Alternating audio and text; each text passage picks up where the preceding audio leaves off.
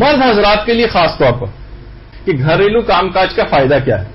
امیر المومنین سے مروی ہے کہ روز جناب رسول خدا ہمارے یہاں تشریف لائے. اس وقت حضرت فاطمہ زہرا ہانڈی کے پاس بیٹھی ہوئی تھی اور میں تنور صاف کر رہا تھا.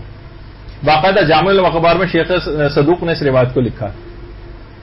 فرمایا ابو الحسن میری بات سنو اور جو کچھ میں کہتا ہوں حکم خدا سے کہتا ہوں. جو بھی اپنے گھر کے کاموں میں اپنی بیوی کی مدد کرے گا خدا اس کے ہر بال کے بدن کے ہر بال کے عوض 1 سال کی عبادت کا ثواب عطا کرے گا.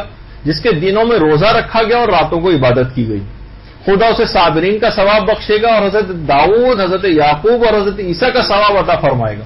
اے علی جو شخص اپنے اہل و عیال کی خدمت سے شرم نہ کرے گا خدا اس کے ہر قدم پر 1 حج و عمرے کا ثواب عطا کرے گا بقدر اس کے جسم کی رگوں کے جنت میں شہر عطا کرے گا.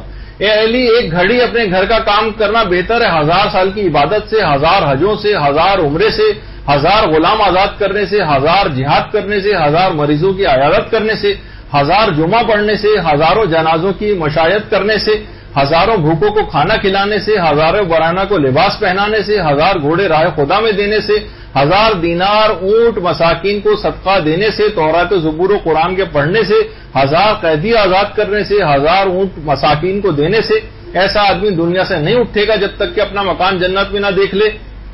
اے علی جو کوئی خدمت عیال سے دریغ نہیں کرتا وہ بے حساب جنت میں داخل ہوگا. اے علی عیال کی خدمت گناہ کبیرہ کا کفارہ ہے خدا کے غیظ و غضب کو دور کرنے والا کام ہے حوروں کا مہر ہے اور اس سے درجات و حسنات میں اضافہ ہوتا ہے. اے علی جو خدمت عیال وہی کرتا ہے جو صدیق و شہید ہو یا وہ جسے خدا نے دنیا اور آخرت میں بہتری جسے خدا دینا چاہتا ہو. اب آپ دیکھیں گے ایک مردوں کے حوالے سے بھی ایک بات وہ یہ ہے کہ جب اتنا زیادہ ثواب کسی بھی شخص کو ہے کہ یہ روزانہ یہ ثواب آپ کو ادراک نہیں. آپ سوچتی ہیں کہ شاید جھاڑو پوچھا لگانا اور گھر کے کام کاج کرنا اور یہ کھانا وانا پکانا یہ روزانہ کے ثواب آپ کو مل رہے ہیں. اور باطل جو ہے آپ کو ٹی وی کے ذریعے مختلف ذریعوں سے آپ کو چاہ رہا ہے کہ بس آپ گھر سے باہر نکلیں تیراکیوں کے مقابلوں میں جائیں باہر نکلیں جابیں کریں باہر نکلیں فلاں جگہ کے پر جائیں. اتنا بڑا محاذ چھوڑ دیں آپ اپنے گھر کا جس میں اتنے فائدے اور ثواب آپ کو مل رہے ہیں. آپ کرتی رہیں نوکریاں بینکوں کے اندر جا کے کرتی رہیں مختلف اداروں کے اندر جا کے ثواب کہیں آپ کو اس لحاظ سے ملے گا.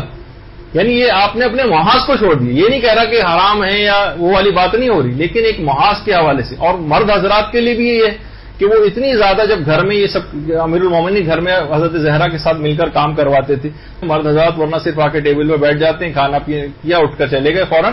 یعنی اس سلسلے میں کوئی ہیلپ نہیں کرتے. تو یہ ثواب گھر بیٹھے اتنے زیادہ ان کو فائدے مسلسل جو ہے وہ حاصل ہوتے چلے جائیں گے.